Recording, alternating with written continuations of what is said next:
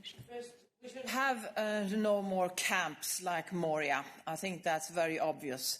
What we need is swifter and more efficient procedures.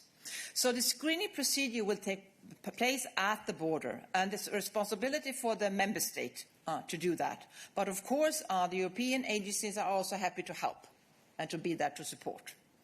And I think 5 days should be enough to do the fingerprints, the health checks, and the security checks, and to take the decision on what kind of procedures that should be.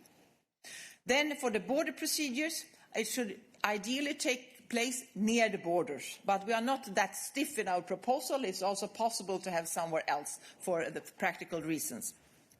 And I think that 12 weeks is a quite quick process.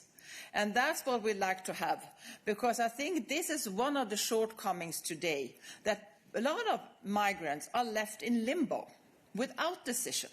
And I think this is not good for the individual and for sure not good for our European system or for societies. You should have your decision. And if you are coming from a country with a very low recognition rate, I should say that that will be not the most difficult issues to deal with. Of course, you have to go through an individual process for that. And then you will have the decision, and then you will have your return decision.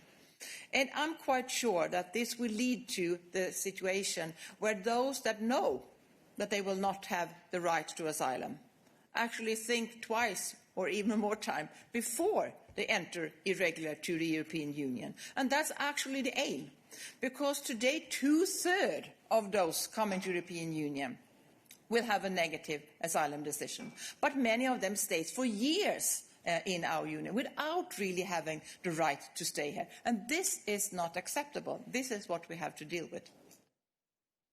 Thank you, Commissioner. Allow me to also remind journalists that we will also have a technical briefing following this press conference, so you can ask many detailed questions there as well with our knowledgeable experts.